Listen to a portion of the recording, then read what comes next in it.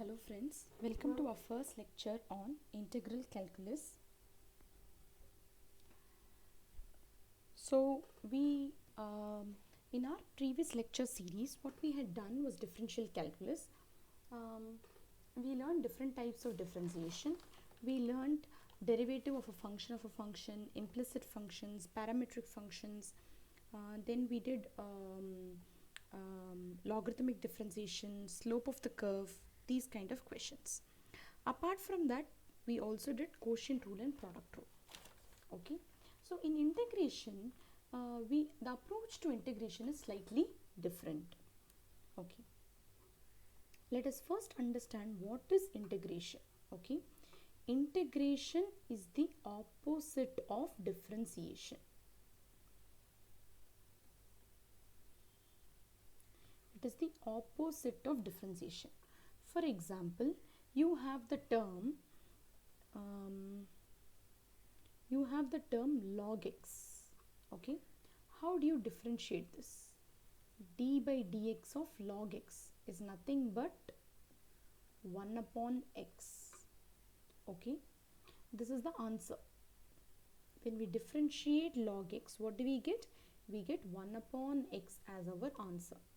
Now, integration is nothing but the reverse process. It's the reverse of differentiation. So that is why I keep telling you to be thorough with differentiation. When I integrate this, what I get is log x. That is, when I integrate 1 upon x, this is the symbol we use. This is called as the integral. Integrate 1 upon x and I write dx here because I am integrating 1 upon x with respect to dx. The answer I get is log x. Okay. So what happens in integration? You get the answers. What happens in integration is you are given the answers and you are asked to find the question. In differentiation, you had the questions, you found out the answers. Okay, log x you differentiated, you got the answer. So now you have that answer and they're asking you to find out what could be the question. So you're saying the question could be log x because only when we differentiate log x we get 1 upon x. See students, the concept is very simple. Whatever answer we get, we are going to think about what could have been the question. The question was log x. The answer for that is 1 upon x. Now 1 upon x is your answer. What is your question? It is log x. Okay. However, it takes some time for you to get used to this concept. Okay, because we are so used to doing differentiation now, it is little difficult for us to get into the integration mode. So what I would suggest is practice the differentiation videos once again and again, couple of times, and then start with the integration videos. Okay, also try all the 50 problems in the exercise 8a and also try the solved examples. Just ensure that you're completely thorough with differentiation. Then you start off with integration. That will give you a totally different level of comfort. Okay. So now we have this as our answer. We come back to the question is log x. Now another question is, what if my question had been to differentiate log x plus, let's say, some number 10. If I differentiate this, what would my answer be? My answer would still be 1 upon x plus differentiation of 10 is only 0. I can take any number here. Instead of 10, if I take the number 65, still the answer is 0 because differentiation of any constant is always 0. So now, since I am integrating only 1 upon x dx, I have to assume that in my question there could have been a constant, an unknown constant which may have vanished in the answer. So whenever I integrate any question, I always add plus c to it. Okay, is it clear? So let me just repeat it once again. Integration is nothing but finding the question from the answer. Okay, in differentiation we had the question log x, we differentiated this log x and we arrived at 1 upon x. Okay, now we are integrating 1 upon x and arriving at log x, the question. Now the assumption is, what if in the question there had been some constant?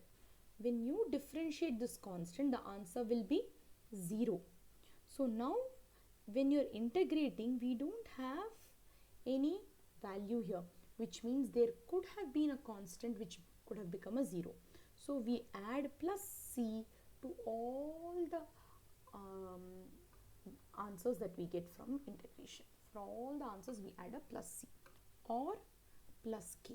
Both are acceptable. You can look at the options and accordingly add it. Okay. Now this is the funda behind integration. Now let me give you a table, the table that we did in differentiation, similar table. In this table, what I'm going to do is,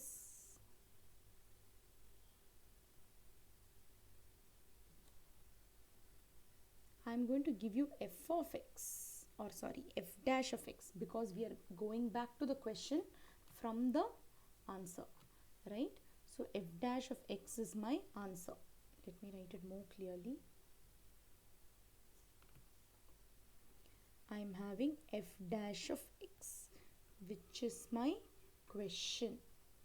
So I am arriving at my f of x. Okay. So let us write down a few basic ones. We started with x power n. Now in all the questions we need to put this integral and we need to put a dx. It is just assumed that it was already there. E power x dx. Even if it is not given in the question, you have to assume that there is an integral and a dx. Next, integral 1 upon x dx. Then integral e power mx dx. Then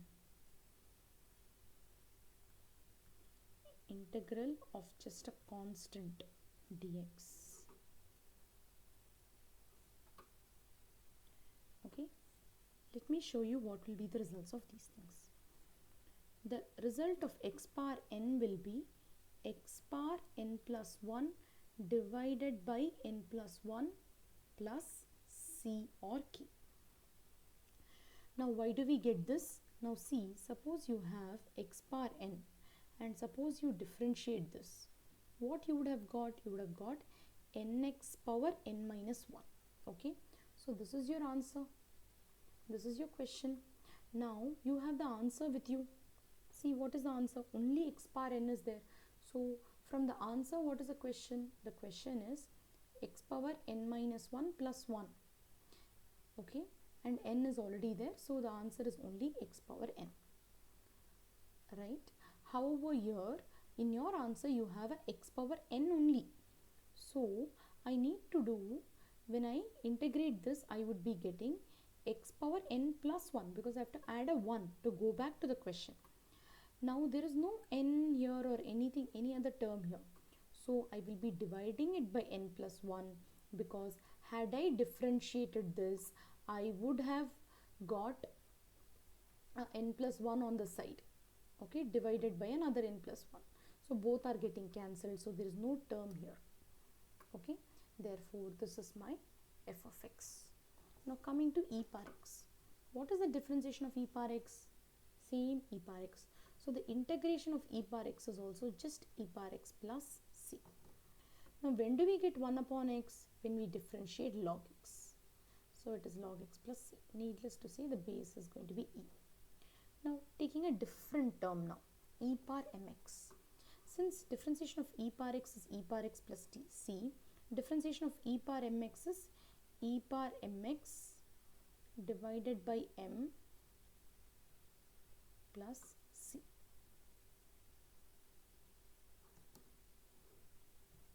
Now coming to the constant c.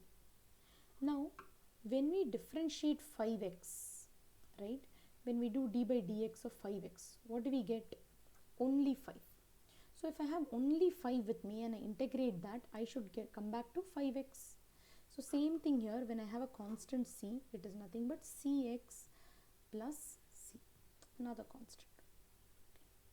Okay, so these are the basic formulas. Just come back to the textbook and we'll take a look at what are the formulas covered in your textbook. So you have this, you have this, you have 6 formulas here. Okay, we'll take up a power x and x, these two terms also. Let me explain to you. So they have done 6 in the textbook. I'm going to be doing 7. Integral of a power x dx. Integral of a power x dx is a power x divided by log a base e plus c. Now let me explain to you how we get this. See, when I differentiate a power x, what would I get? A power x log a. This is my answer, this is my question. But now in my answer I have only a power x. I don't have this, I have only this. So when I come from my answer back to the question, I will come back and put this a power x. This should be there in my question, so I have put this a power x. Now this log a is not there in my answer. Is it there? No, it's not there, but it should have been there. So therefore I will divide it. Okay, because now when I differentiate this function, what happens? Let's see. When I differentiate this function, what happens is I would get a power x. This is a constant. Okay, so you leave that constant as it is. We'll be differentiating only a power x. When we differentiate a power x, what I will get is a power x log a base e. This is a constant, so this will go as it is to the denominator. Okay, now I'll be cancelling these two terms, and what will remain is only a power x, which is what I had in the question. So that is why differentiation of a power x is a power x divided by log a base e. If all of you are having a doubt, why are we doing divided by log a base e? This is the explanation for that. What is the explanation? Suppose I am differentiating this function. If I am differentiating this function, I would get, for the numerator, I would get a power x log a base e. Now this whole thing divided by this log a base e would be there as it is. Now these two terms will get cancelled, and therefore I would have only a power x. Now one more integration term, integral dx. There is nothing here. At least this had a constant. Here there is no constant also. Then what happens? Okay, when do you get only 1 as the answer in differentiation? When I differentiate d by dx of x. What is d by dx of x? Only 1. Okay, so now in my answer I have only 1. So my here f of x is only x plus c. Okay, differentiation of x is 1. So integration of 1 is x. That's all. Differentiation of x is 1. Integration of 1 is x. So this is what we have in the table here.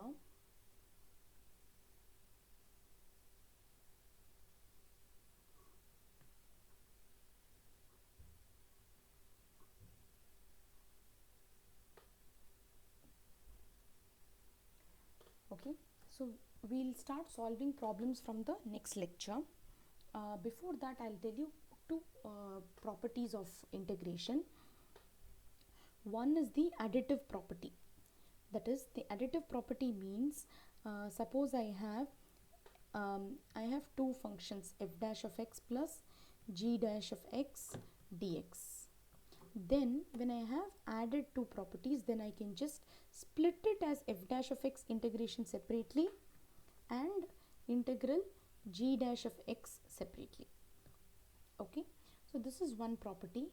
And the second property is when I have a constant.